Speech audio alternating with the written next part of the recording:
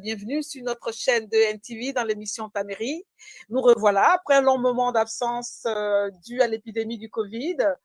Nous revoilà sur des MTV dans notre émission Tamérie où nous allons à rebrousse-poil contre toute l'actualité et surtout la géopolitique et la géostratégie.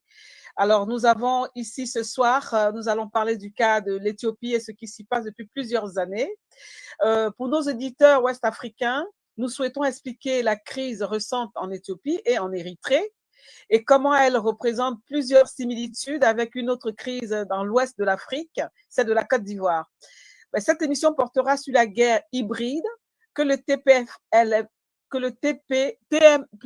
TPFL, excusez-moi, le Front de libération du peuple du Tigré, parti cléopâtrique au pouvoir en Éthiopie depuis 1991 à 2018, et ses alliés, ceux qui ont exercé au cours de ces 3 dernières décennies dans la région de l'Éthiopie, de l'Érythrée et au-delà, ainsi que leur implication récente dans la guerre qui a commencé en novembre 2020.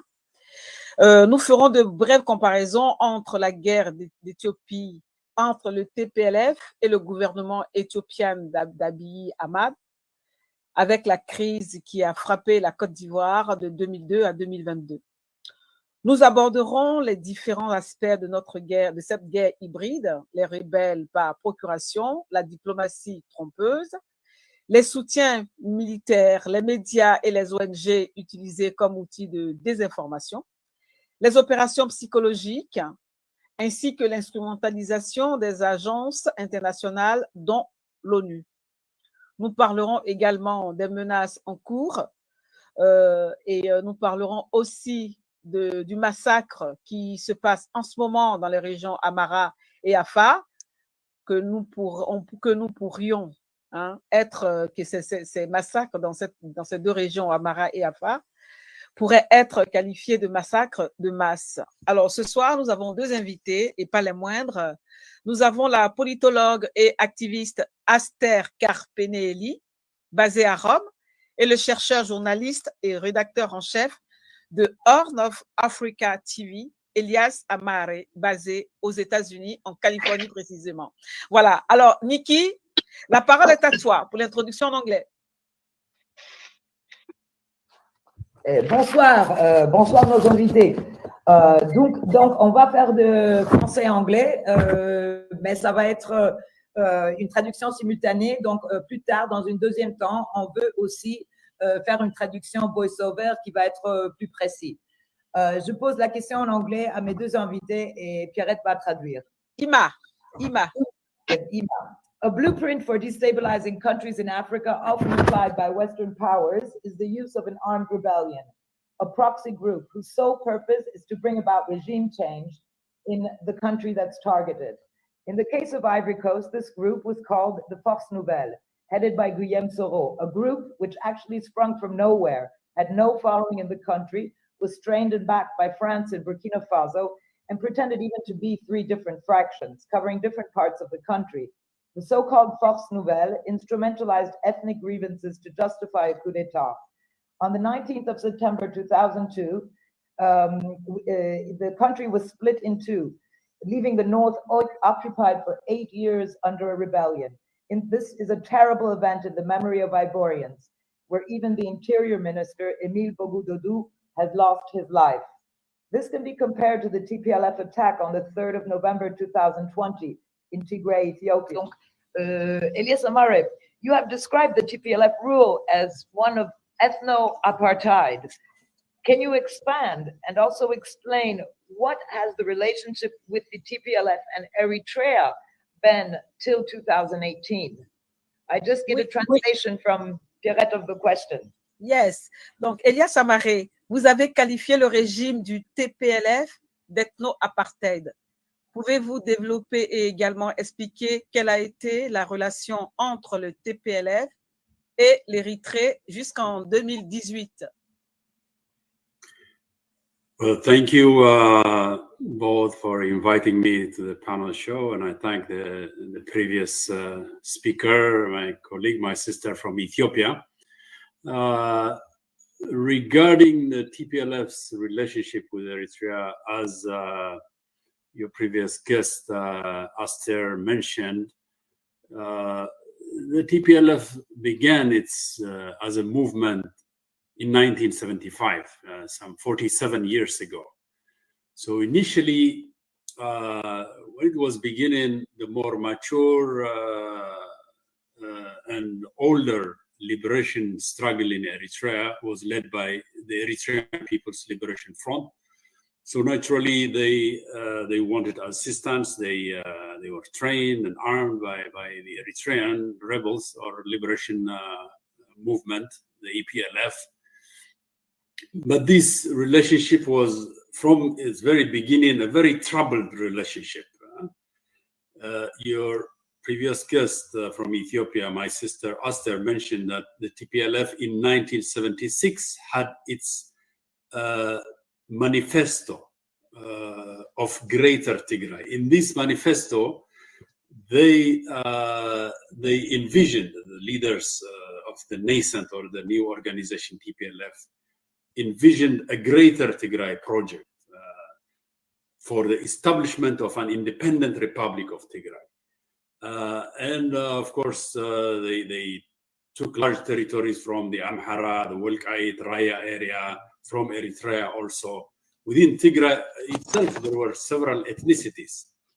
But they said that everybody who speaks Tigrinya is Tigray. So by this reasoning, there were some Afar, some Saho, some Kunama who live in Tigray, and probably also some Ago ethnicities. These minority ethnic groups would, according to the manifesto, were forced to become Tigrayans or Tigrinya speakers. So it had this secessionist agenda, and when it faced massive criticism from the EPLF, that there was no reason for secession or separatism in Ethiopia. Also from the other progressive Ethiopian movements such as the EPRP and the All Ethiopian Socialist Party, the Meison, then they dropped this secessionist agenda and just claimed broadly for right of self-determination. But all along this TPLF manifesto, the secessionist agenda was there up to 1991, and once they seized power in 1991 with the help of the EPLF, mind you, because militarily it was the EPLF who was stronger and had more sophisticated armaments, mechanized brigades and tanks. Without the help of the EPLF, they could not have captured state power in Ethiopia. Anyways, once they captured state power in Ethiopia in 1991, they then, as your previous guest Aster mentioned, drafted a constitution of an ethnic federalism. Nowhere in Africa is this type of constitution ever witnessed. And in this constitution, they put in an article 39, that allowed for secession and separatism. This is a recipe for disaster anywhere in Africa. Why did they do that? Well, as your previous guest alluded, the Tigrayans are a minority in Ethiopia. And all along its elite, or the ethno-fascist group that formed the TPLF, had this mentality of inferiority complex, that they were looked down by the Amharas, they were oppressed by the Amharas, that the Eritreans looked down on them. And so there was this vendetta type of psychology when they seized power. So in order to rule Ethiopia as a minority, they had to divide it along ethnic lines. So that's why I call this system an ethno-apartheid system. Why ethno-apartheid? Because just as in South Africa during the apartheid regime, you had the white minority regime ruling over the black majority, and in order to rule them, it had to divide them by tribes into ethnic Bantustans. So in a similar way, the TPLF also divided Ethiopia into ethnic Bantustans, what they called ethnic clans or regional states. So they pit one group against the other, the Oromos against the Amharas, and every ethnic group against other ethnic groups. Also, they divided society along religious lines, sectarian lines, in this way, this tiny minority group, which only constituted 5% of the entire 110 million population of Ethiopia. And mind you, Ethiopia is also a huge multi-ethnic state, like over 80 ethnic groups inside Ethiopia. So this big country, which is unwieldy, if you rule it along ethnic lines, sooner or later you will have conflicts and tensions. And that is how for 27 years, from 1991 up to 2018, when it was overthrown, that this tiny group, ethno-fascist kleptocratic group, managed to rule Ethiopia through this system of ethno-apartheid. Unless it did that, it's a tiny minority, it could not have ruled it. But of course, the other great factor that made them to rule Ethiopia, to impose power on the rest of the majority of Ethiopians, was the huge, massive support of the United States and the European Union countries such as France, Germany, UK. Without this huge support, this tiny minority group could never have ruled Ethiopia. Never, never. And finally, when the Ethiopian people rose up in defiance, they were fed up of this minority rule of this kleptocratic group called TPLF that looted the wealth of Ethiopia to the tune of over $50 billion. Some estimate it may even be as high as $70 billion.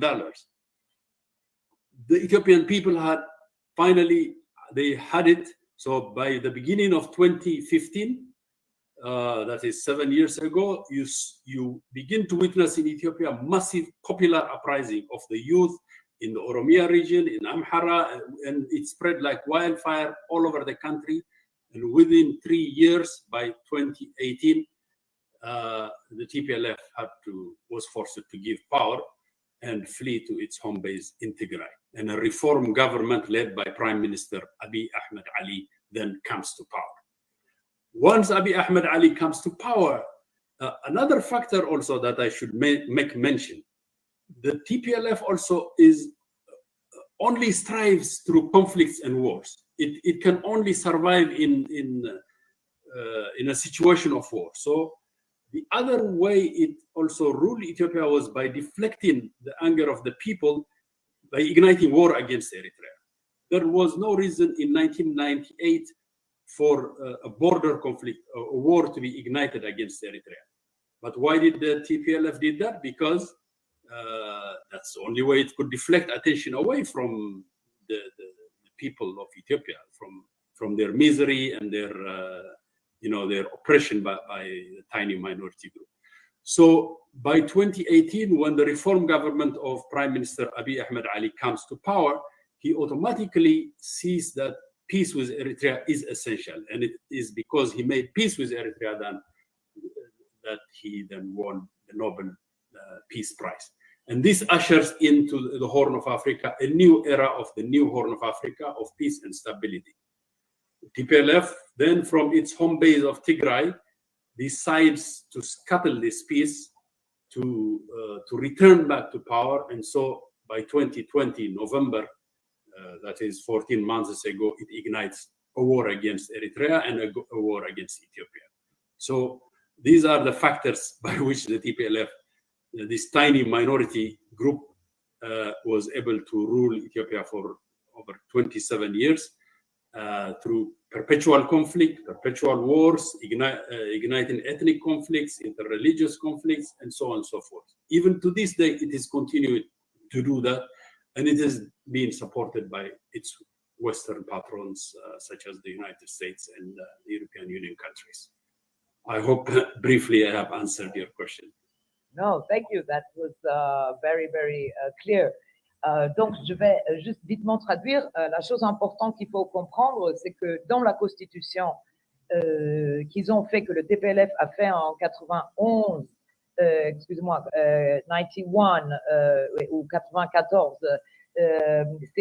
94, c'était une constitution qui était basée vraiment sur les ethnies. C'est quelque chose de jamais vu en toute l'Afrique. Dans chaque région, était vraiment séparé par les ethnies. On a donné le nom de la région par rapport au nom des ethnies.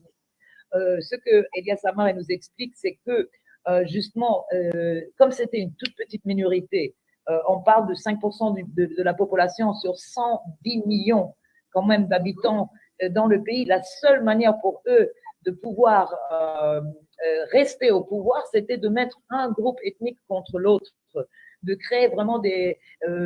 bon, d'abord, il faut dire qu'aussi dans la Constitution, il y avait un article, l'article 39, qui disait carrément qu'on peut faire une sécession, donc on peut devenir indépendante.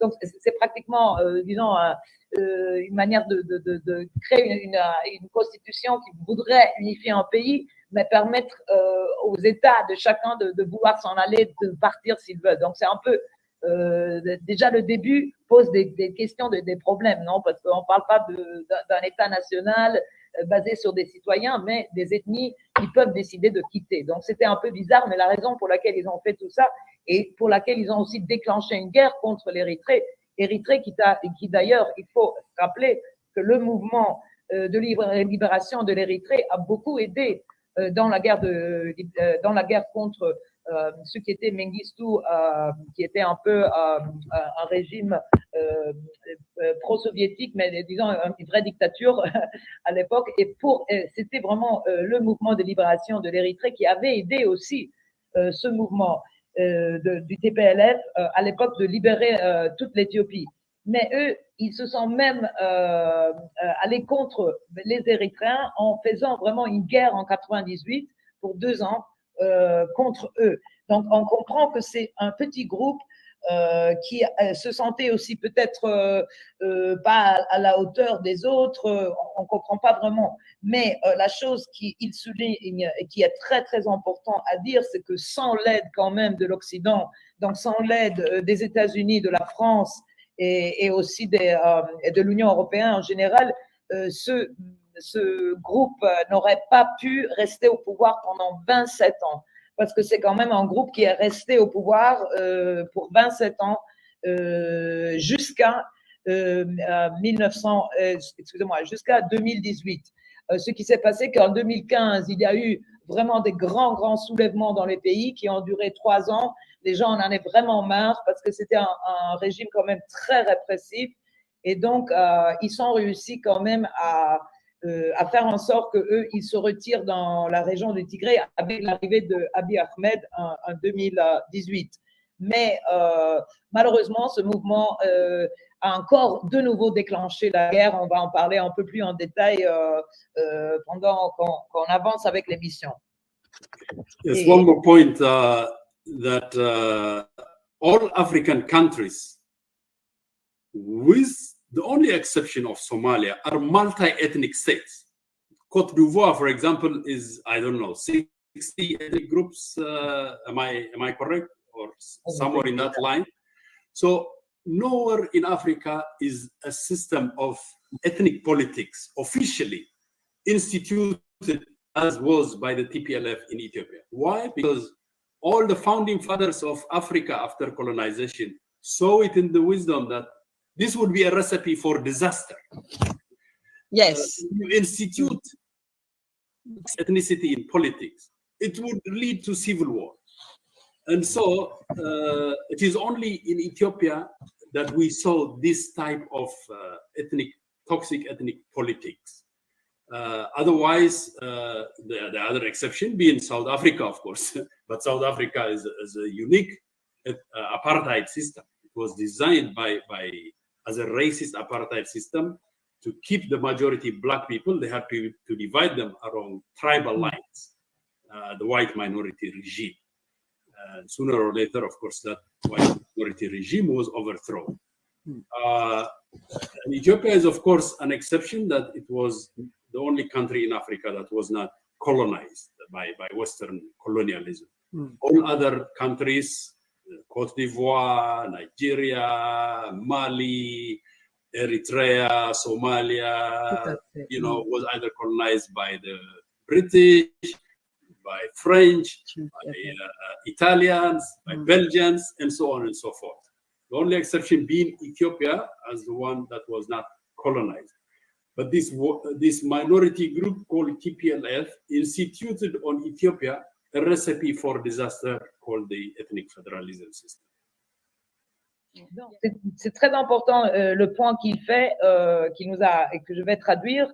C'est justement que un peu comme qu'il n'y a aucun pays en Afrique qui a créé des régions sur la base des ethnies. Le seul qui l'a fait, c'était l'Afrique du Sud pendant l'apartheid, parce que c'était une minorité blanche. Comment est-ce qu'ils pouvaient prendre le pouvoir ou tenir le pouvoir sur une grande région? Ils ont créé les Bantoustans, non?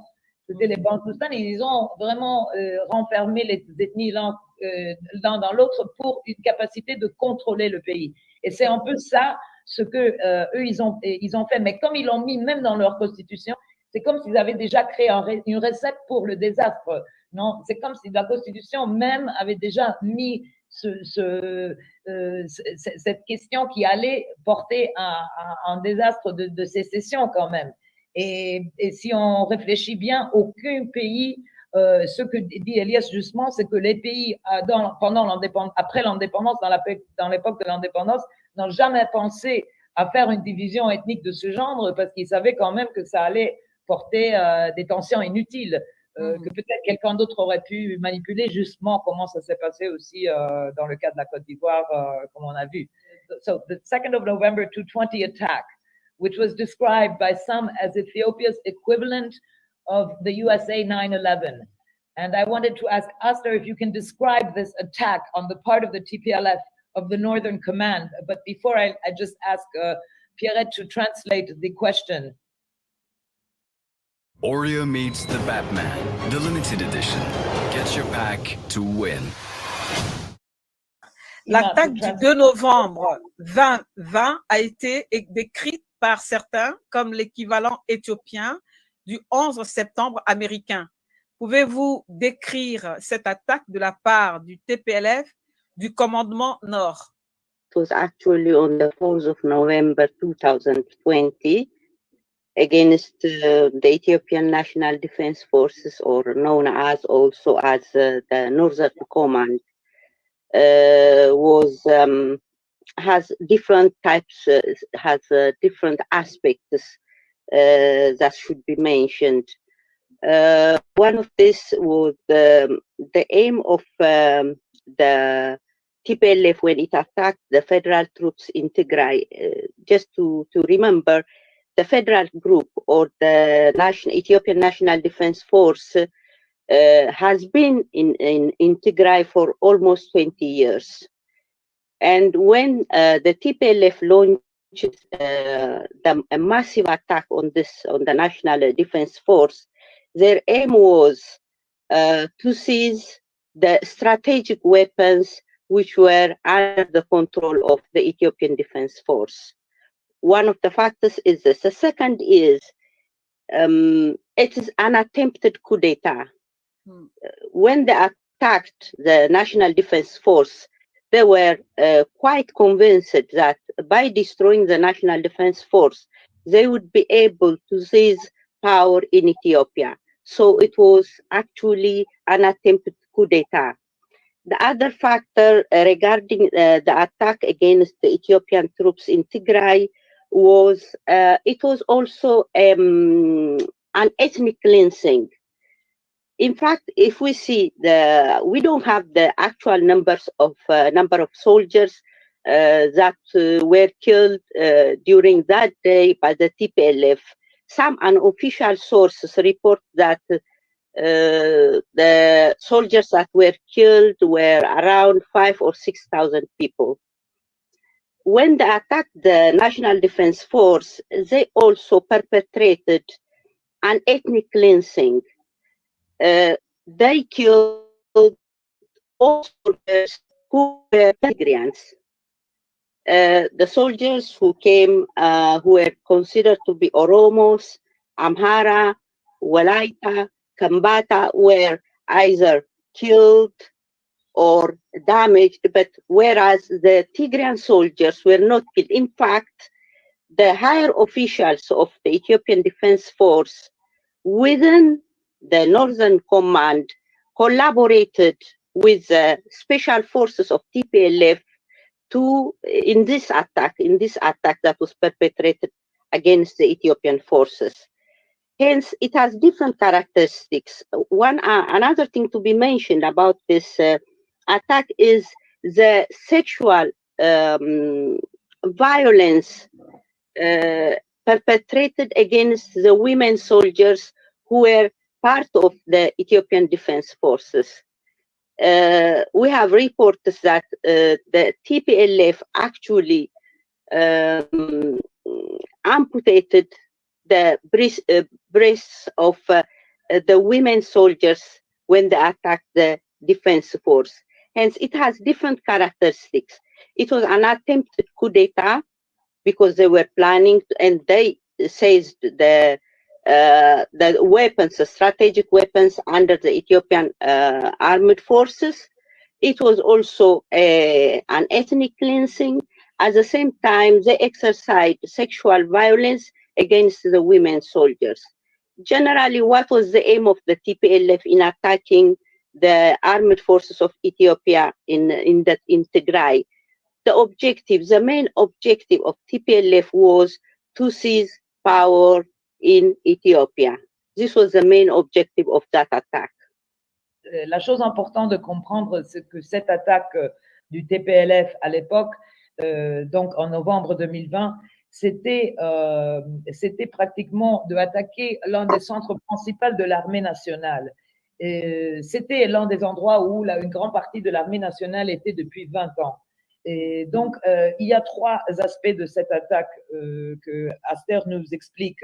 C'est d'abord, leur but, c'était vraiment d'abord donc de prendre les armes, parce que c'était une région où il y avait beaucoup des armes de l'armée nationale éthiopienne. La deuxième chose, c'était que c'était vraiment une tentative de coup d'État, parce qu'ils voulaient vraiment prendre le pouvoir avec ça, en pensant peut-être de réussir, parce qu'ils se sont quand même élargis beaucoup. Et ils ont aussi ciblé vraiment les non-tigréens. C'est ça qui est assez terrible, c'est qu'on n'a pas les chiffres exacts, mais on a quand même des chiffres qui nous parlent de 5-6 000 morts des autres soldats, parce que vraiment dans la nuit, ils ont tué les soldats qui étaient des autres ethnies. Donc, si c'était des soldats Amara ou Oromo ou d'autres ethnies, ils les ont vraiment ciblés. Donc, c'était vraiment une attaque ethnique dans le sens en ciblant des ethnies qui n'étaient pas de leur ethnie. Donc, ça, c'est vraiment la troisième chose très importante à souligner de cette attaque de novembre 2020. Et l'autre chose, qu'il y avait quand même une collaboration de la part des autres officiers avec certains des TPLF, et la chose peut-être la plus désastreuse, c'était vraiment les violences sexuelles vis-à-vis des femmes. Vis-à-vis des femmes soldats, auxquelles on a aussi des rapports qu'on leur coupait les seins, que vraiment il y avait c'est vraiment une violence extrême vis-à-vis des soldats femmes. And now I ask Elias, like Érythrée, which is not often known, was also attacked by the TPLF in November 2020. Or if you want to also add something about the attack in Ethiopia, because it was a very striking moment. Yes. Well, to provide a context, the November 4, 2020 attack did not happen in a vacuum. It had a context. As we mentioned before, both of us, the TPLF lost power in Ethiopia in March, the end of March or beginning of April 2018. And within its coalition, EPRDF party, election was made for the party leadership. And so Dr. Abiy Ahmed Ali was elected as the party leader, and he becomes automatically the prime minister. So the TPLF then panicked and fled to its home base in the north, Tigray, and from there they didn't rest. They started to conspire as a means to return to power, and so they spread from there. Mind you, they had control of the army and the security intelligence apparatus of Ethiopia for 27 years. So they had network operatives, mercenaries all over Ethiopia, and they started to instigate conflicts all over Ethiopia to make Ethiopia ungovernable for the government of Abiy Ahmed Ali. So for 2 years, from 2018 up to 2020, they were doing all these kinds of destabilization, conflict and chaos strategy, as I call it. I had written extensively in 2018. In fact, I sort of foresaw that the TPLF would not rest, would not accept defeat and live with the situation, but they will try a strategy of chaos and conflict to destabilize Ethiopia. If they cannot rule, then nobody else can rule it. That's what they have always been saying this on record. Even while they were ruling Ethiopia, my sister Aster will corroborate this for me. Its rulers such as Sibhat Naga, the eminence Greece, the grand old man, was saying, if we don't rule Ethiopia through this EPRDF, it will disintegrate. You know, it's either us or our system of ethnic federalism or disintegration.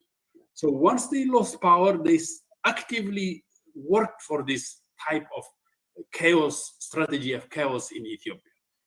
They also looked negatively at the peace between Ethiopia and Eritrea, because as I pointed out earlier, TPLF can thrive only through conflicts and wars. So they looked with disfavor at the peace with Eritrea, and they had to disrupt that. They didn't accept it. The peace with Somalia also that was made. So this tripartite peace, Eritrea, Ethiopia, Somalia, was not in their favor, and they tried to disrupt it as much as possible. Mind you, while they were in power also, they had accumulated huge arsenal, strategic weaponry, and hid them in underground bunkers in Tigray, because they controlled Ethiopia. They controlled the military. In the Ethiopian military, the federal army, 90% of the generals were of Tigrayan ethnicity. All the officer ranks, generals, colonels, majors, it was dominated by Tigrayans. This tiny minority group, minority ethnic group of 5%, controlled essentially the military, the security intelligence apparatus, the economy. Everything in Ethiopia was controlled by them. So they had amassed in Tigray huge arsenal, rocket missiles, strategic weaponry. So by November 2020, they decided that they would do a coup d'etat, as my sister Aster pointed out. And in the dead of the night, while the federal army soldiers were asleep, they attacked them.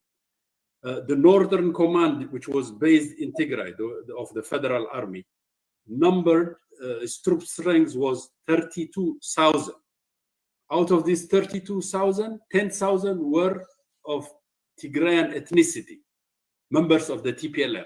So the 10,000 automatically switched sides. Their loyalty was only to the TPLF, not to the big nation of Ethiopia. And the rest, in the dead of the night, they attacked them, they slaughtered them, they raped the women, soldiers.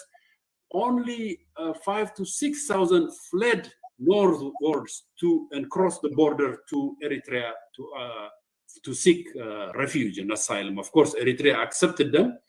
And by this time, the TPLF also started to fire rocket missiles into Eritrea. It had what became later from intelligence findings and from captive TPLF soldiers, in Eritrea, it had 100 targets for bombardment by this long-range rocket missile. So they fired these rocket missiles, and it's on record. In fact, the American Secretary of State at that time, Mike Pompeo, came out and condemned this widening of the conflict to make it regional. That was their intention.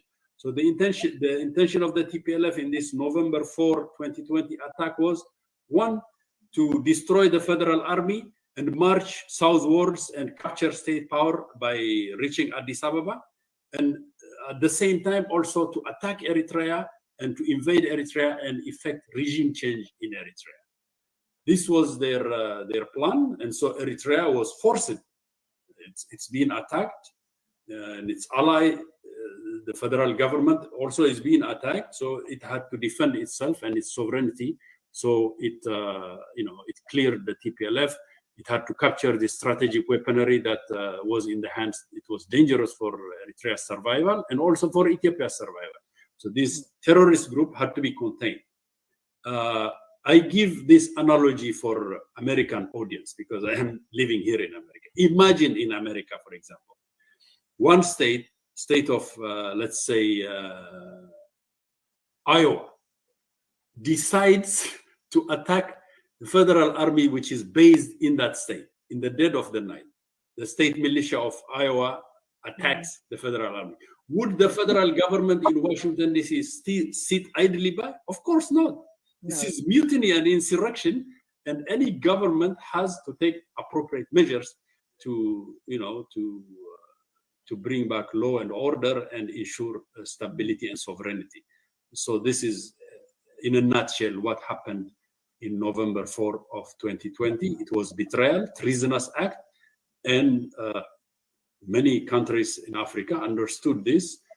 African Union also understood this, but we'll go into that question, I suppose, later in depth. Thank you so much, Elias. So, donc, il faut naturellement mettre l'attaque du 4 novembre 2020 dans un contexte. Depuis que le TPLF avait perdu le pouvoir avec l'arrivée de Abiy Ahmed en 2018, qui était élu comme premier ministre, ce qui s'est passé, c'est qu'eux, ils ont un peu paniqué, non? Ils se sont sentis qu'ils étaient en train de perdre le pouvoir.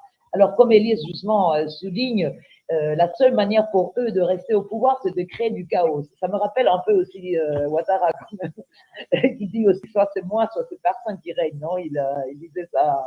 I'm just doing a small comparison with Ivory Coast. It's very, Ouattara is very much like that too. It's either me or nobody else. He said that even. Par exemple, ils n'ont aussi pas accepté le fait que le gouvernement d'Abiy Ahmed était aussi en train de faire une paix aussi dans la région, pas seulement avec l'Érythrée, mais aussi avec la Somalie. Donc, ça dérangeait qu'il y avait une autre, disons, une autre constitution, même des trois pays qui allaient se rapprocher sans que eux, ils avaient un rôle. Non, pour eux, c'était soit nous, soit la désintégration du pays. C'était vraiment un peu comme ça. Donc, ils n'étaient pas d'accord, même avec le fait d'arriver à cette paix dans la région. Parce que il ne faut pas oublier qu'une minorité de ce genre, s'il y a la paix, c'est pas eux qui vont être au pouvoir. Et c'était ça leur but, c'était de toujours créer des problèmes. Et ce qui s'est passé cette nuit-là, donc il faut d'abord rappeler aussi qu'ils ont tenu des élections sans que ils auraient pu ou dû les tenir, mais après, la chose terrible, c'est que cette nuit-là, cette fameuse nuit-là du novembre 2020, le fameux coup d'État, il y avait quand même 32 000 soldats, dont 10 000 étaient plus ou moins de TPLF. Et c'est vraiment dans la nuit qu'ils ont attaqué tous leurs frères et sœurs africains, ils les ont massacrés vraiment. Elias nous explique qu'il y a plus ou moins 6 000 qui sont allés vers l'Érythrée, donc qui sont allés se réfugier vers l'Érythrée, mais ils ont vraiment, c'était vraiment un vrai massacre. Et ce qui se passe depuis, c'est qu'ils n'ont pas seulement fait ça, mais ils ont aussi attaqué avec des roquettes l'Érythrée même. Et à l'époque, sous l'administration Trump, il y avait même Mike Pompeo qui avait dit oh mais allez, ne faites pas ça, vous allez amener quand même déstabiliser toute la région. Donc il y avait cette critique au contraire. Yeah, this is on record. He even tweeted about this. I have a screenshot captured of this for il y a même the un audience. tweet de Pompeo qui avait dit ça. Et c'est bizarre parce que l'administration Biden fait le contraire, mais bon. Et donc, because Biden seems to be the contrary, you know, as we see. Et donc, c'était vraiment, il voulait vraiment faire réaliser un vrai coup d'État. Et Elias Amar nous explique un peu comme il était aux États-Unis. Il donne l'exemple de l'Ohio, État de l'Iowa qui décide à un certain moment d'attaquer l'armée fédérale, oui.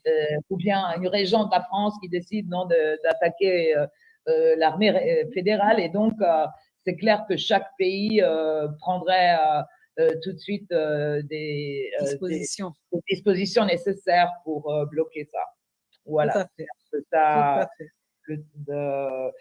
Et là, on vient vers, donc on peut expliquer ce qui s'est passé, qui est ce groupe, et là, on va vers la question de la Western diplomacy. So I ask you, in Ivory Coast, the international community pushed via French-backed peace negotiation known as Marcoussis, that the legitimate Gbagbo government negotiate and include in his government a rebel group not voted by anyone. These rebels were even split into 3 fictitious groups which existed only on paper so as to give them more weight during the negotiation process. This same request, pushing the Abiy Ahmed government to negotiate with the TPLF, has been heavily pushed by Western states, going as far as setting up a fake rebel alliance of people no one had ever heard of in Ethiopia in a meeting in Washington. And despite the fact that the TPLF had been declared a terrorist group by the Ethiopian parliament in May 2021. And my question is therefore, how has Western diplomacy dealt with this crisis since November 2020? But maybe, Pierrette, you can... in French. Yes. Ouais. En Côte d'Ivoire, la communauté internationale, CEDEAO, Union africaine, Union européenne, ONU, a poussé via une négociation de paix soutenue par la France, comme connu sous le nom de processus de paix de Marcoussis, que le gouvernement légitime Gbagbo négocie et inclut. Ces organisations internationales ont obligé le gouvernement de Gbagbo à inclure dans son gouvernement un groupe rebelle qui n'a pas été élu par personne. Ces rebelles ont même été scindés en 3 groupes fictifs qui n'existent que sur le papier afin de leur donner plus de poids dans le processus de négociation. Cette même demande poussant le gouvernement Abiy Ahmed à négocier avec le TPLF a été fortement poussée par les États occidentaux, allant jusqu'à la mise en place d'une fausse alliance rebelle de personnes dont personne n'a jamais entendu parler en Éthiopie lors d'une réunion à Washington, et malgré le fait que le TPLF a été déclaré groupe terroriste par le Parlement éthiopien en mai 2021. Donc, la question s'adresse à Aster et à Elias. Pardon.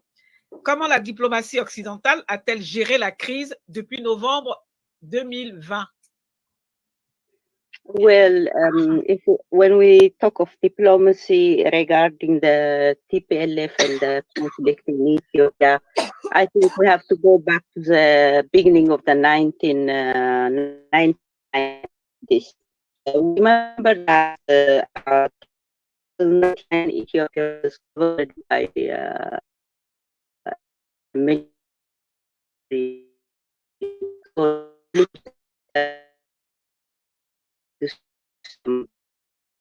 At that time, had a very relationship with various socialist countries, especially with the Soviet Union.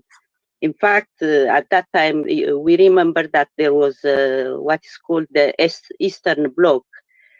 And Mengistu Haile Mariam's government used to declare itself as a socialist or a communist-oriented government.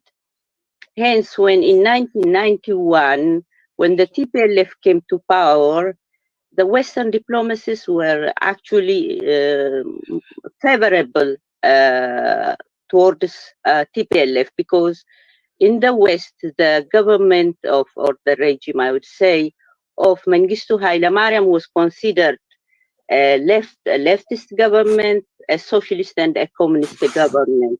Hence, the downfall of Mengistu Haile Mariam and the coming to power of TPLF was accepted favorably by the Western democracy. And moreover, we have to take into consideration another issue regarding the diplomacy and the conflict, especially when we speak about the TPLF.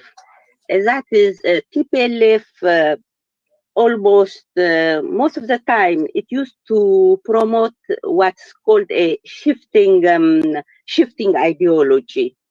And because it promoted this shifting ideology, that is On one side, it presented itself as a political entity or as a political group which is anti-imperialist.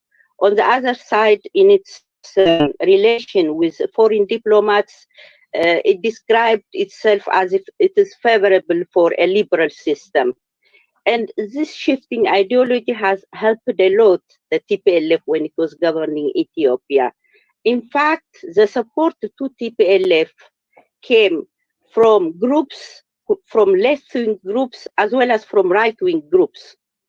And when we see, a lot of things have been done by the TPLF during the 27 years when it governed Ethiopia.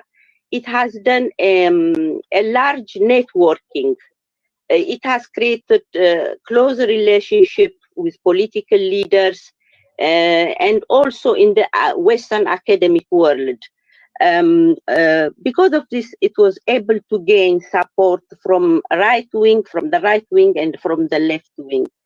I would like to add something more. For example, when I was saying that TPLF was promoting a shifting ideology, we could see that when the TPLF governed Ethiopia, Ethiopia was able to gain financial support from two big capitalist institutions like the International Monetary Fund and the World Bank. Coming to the visit of Barack Obama in 2015, Barack Obama stated that Ethiopia had democratically elected government. This has created a number of opposition to the statement of Barack Obama from the diaspora, Ethiopian diaspora, from the people of Ethiopia, from opposition leaders in Ethiopia, and particularly from Ethiopian journalists, because the reality was completely different. As I mentioned before, immediately after the elections in Ethiopia, there was a huge manifestation in Addis, and hundreds of people were killed. A number of people were put into prison. Hence, in spite of these facts, Barack Obama came to Ethiopia and stated that Ethiopia had a democratically elected government. And the strangest thing was that whenever there is an election, the TPLF or the EPRDF coalition stated that they have won the election by getting 99% of the vote, which is impossible. No political party can gain 99% of the vote of any population. Moreover, just to add some other examples, we could cite, for example, Susan Rice. She was practically a close friend of our ex-Prime Minister Meles Zenawi. After Meles Zenawi died in 2012, Susan Rice said that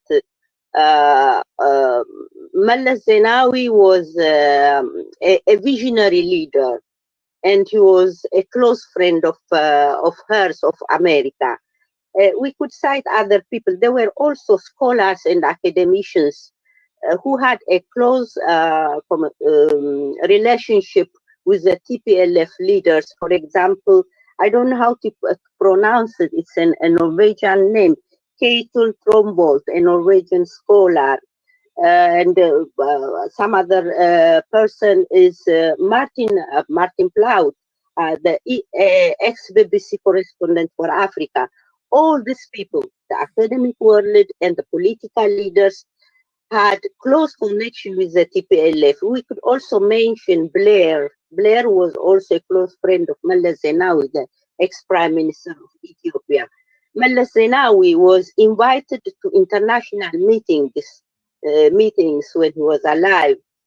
Hence, the political position of various Western diplomats in favor of TPLF, we could say, is a cumulative effect or the cumulative result of the networking that the TPLF made during the 27 years that it ruled Ethiopia. Ethiopia has been, it's quite obvious that Ethiopia has been under pressure from the, because of Western diplomacy. There are, especially after the conflict, there are some issues that the Western diplomats, governments used to mention or used to request the Ethiopian government. For example, one of the questions that were usually mentioned or they used to request the Ethiopian government was to stop the war in Tigray immediately. This was one of the questions. And the other was the withdrawal of Ethiopian federal troops from Tigray and the withdrawal of the Eritrean troops, as well as, this is really astonishing, the withdrawal of the special regional forces of Amhara from Tigray. Also, we know that the special forces of Amhara have never gone to Tigray. The other question is the Ethiopian government was continuously condemned of human rights violations. This regarded also the Eritrean troops in Tigray. Moreover, one of the issues that was repeatedly said by the Western diplomats and journalists as well is the access of humanitarian, the immediate access of humanitarian aid to the people of Tigray. These are the most important questions raised by Western diplomats regarding the Ethiopian government. Following this, there were some, we could say, some kind of economic sanctions taken by the European Union and the United States, and this was followed also by the visa sanctions imposed on Ethiopian leaders and also the CPLF leaders. And in this moment, I think there is a bill known as HR 6,600, if I remember well, a bill that is to be approved. I don't know. There might come other sanctions on Ethiopia. These are some of the pressures and the relationships that were between Ethiopia and the foreign diplomats and the Western governments. Excusez-moi.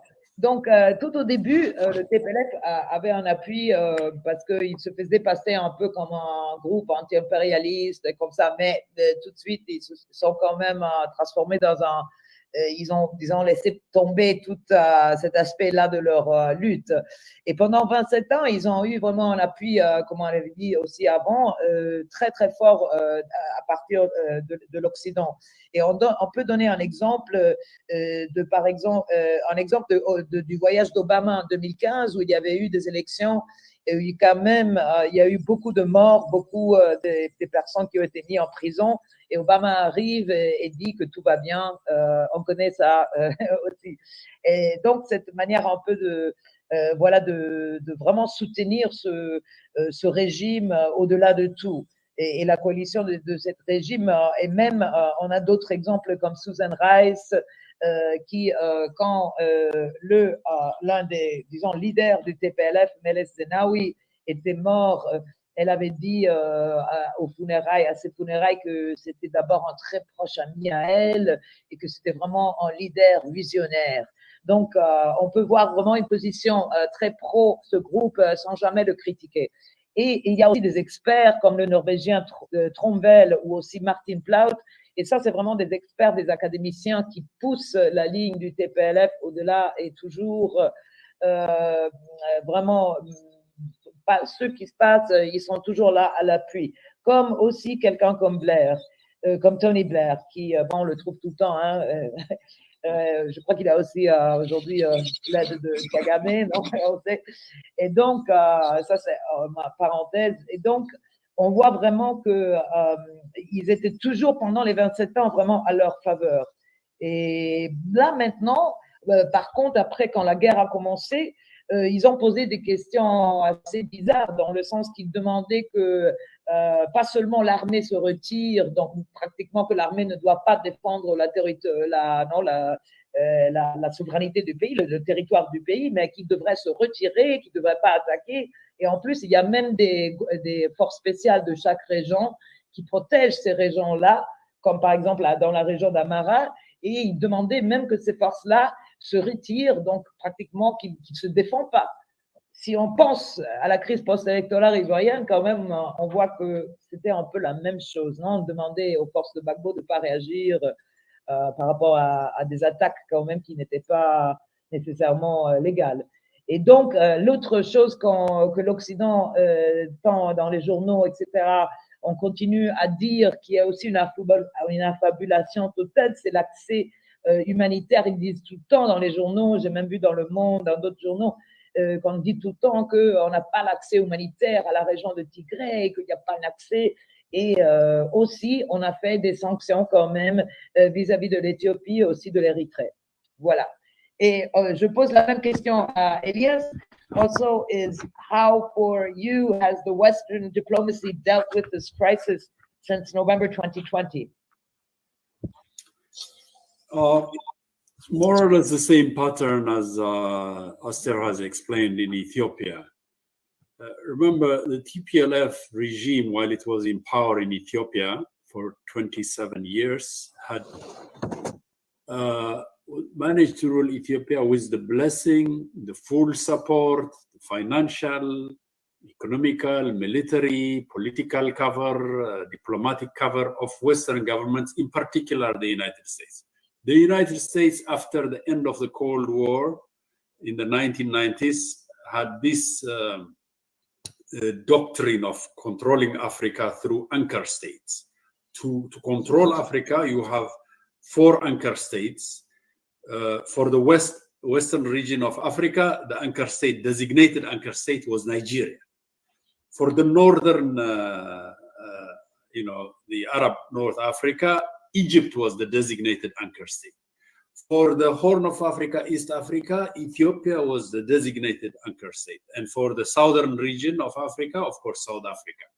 So through these 4 big states, you designated them as the major client states, proxy forces to control the 4 regions. And thus you ensure your imperialist hegemony over Africa. This was the United States strategy. So for this reason, the TPLF regime was given all kinds of support, massive diplomatic cover. While it ruled Ethiopia, it committed massive atrocities, human rights violations, even genocides, such as in the Gambela region of Western Ethiopia, in the Ogaden Somali region, in Amhara, in Oromia. I mean, the crimes it committed were horrendous. It was always covered up. The media gave it a rosy, picture. Meles Zenawi was the darling of the West. He was wined and dined. He was invited to the World Economic Forum in Davos, in big conferences, and he was touted as the visionary leader. As my sister Aster mentioned, Tony Blair, for example, had this project called NEPAD, New Economic Partnership for African Development. And so the 2 leaders he designated for this in Africa were Thabo Mbeki and Meles Zenawi. Meles Zenawi and the TPLF were the most corrupt kleptocratic regime in Africa, I could say. But yet the Western governments gave them all the time favorable political, diplomatic cover and media coverage. And they covered up their crimes, their massive crimes against humanity. This was during the 27 years of their reign in power. So, for example, with the pushing, the prodding of the United States, the TPLF regime invaded Somalia in 2006. This is a sovereign nation. So the invasion of a sovereign nation was blessed by the United States, and even the regional organization called IGAD, just as you have ECOWAS in West Africa, we have in East Africa, Horn of Africa, a regional organization called IGAD. IGAD even gave it its blessing. So the neighboring puppet states like Kenya, Uganda also kept silent. while a sovereign nation was being invaded. The only country to oppose this was Eritrea. And for this, Eritrea was punished by having sanctions imposed on it at the United Nations Security Council. So it's this kind of political machinations, cover-ups, diplomatic cover-ups. Even the Western human rights organizations never fully reported and publicized the massive atrocities and crimes against humanity that TPLF committed in Ethiopia in its 27 years of misrule and tyrannical misrule. The most brutal, I mean, tens of thousands of political prisoners, disappearing of journalists and politicians, genocide in Gambela, genocide in Ogaden, Somali region, and all kinds of brutalities were committed, but you know, nothing whatsoever. Now, you fast forward to November 2020 when TPLF ignited this war. Its former supporters in the West, in particular in Washington, those who were in the Obama administration, people like Susan Rice, like Samantha Power, like who were waiting in the wings. Remember, November 3, 2020 was also the US election. So Trump had lost by that time. It was not coincidence that they launched this war on Ethiopia and Eritrea on that particular date, November 3, November 4. Because in US political system, if the president loses, that becomes a lame duck period. So until January 2021, when the new administration assumes power, the existing president is called a lame duck president. There's nothing much he can do, okay? So this allowed them to carry out this treasonous insurrectionary war with impunity. And of course, those who were waiting in the wings were giving it coverage behind the scene. The massive Western media propaganda was giving it favorable coverage. The TPLF was the aggressor, but the Western media was painting it as the victim. So you have this propaganda ploy of inverting the victim and the aggressor. So the TPLF was committing massacre against the Amhara civilians in a place called Maikadra. Horrendous massacre, over 1,000 people that it killed through its militias. This is recorded. Even Amnesty International had to grudgingly admit this because it was impossible to hide by the time the facts came out. And yet, this was somehow obfuscated, covered up, and they manufactured something called Aksum massacre, which never happened, and blamed Eritrea for this. So you had this kind of manufactured genocide, manufactured atrocities in Tigray, rape, and what have you. And the aggressor, the TPLF, became the victim. And through this kind of media coverage, cover-up, and diplomatic cover-up, then the atrocities, the crimes against humanity of the TPLF was covered up, as was done in its previous 27 years in power in Ethiopia. Thank you. Ok, donc si on regarde dans l'histoire,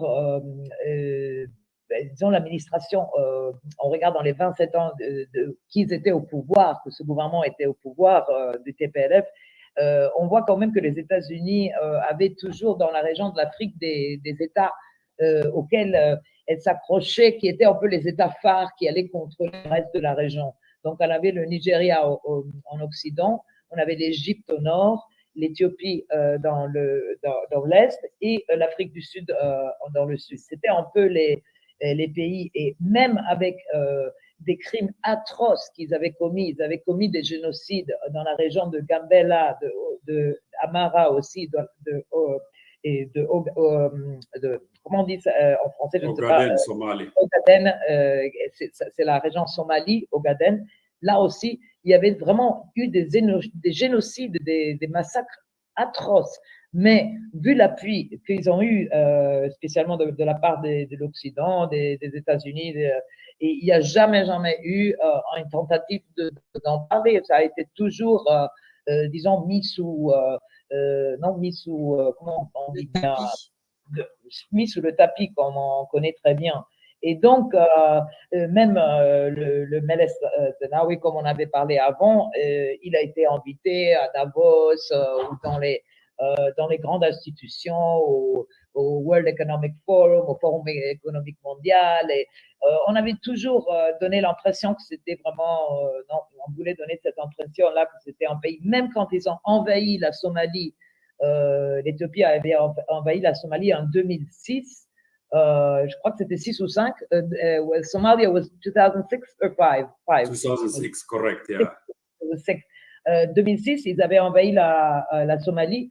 Ils ont eu vraiment, non, les États-Unis n'avaient rien dit, et même dans la sous-région, on a un peu, comme on a ECOWAS en Afrique de l'Ouest, on a IGAD en Afrique de l'Est, et là aussi, aucun pays n'avait rien dit, ni le Kenya, ni l'Ouganda. Imaginez-vous, ils sont en train d'envahir un autre pays, et le seul pays qui était contre cette guerre, c'était l'Érythrée. Mais tout de suite, les Américains les ont sanctionnés. Non, ils ont tout de suite reçu des sanctions, toujours dans le but vraiment de cette couverture. Donc vraiment, une brutalité incroyable où des milliers de personnes ont été torturées, des journalistes qui sont disparus, des politiciens. Et tout ça a jamais été mis en avant parce que caché.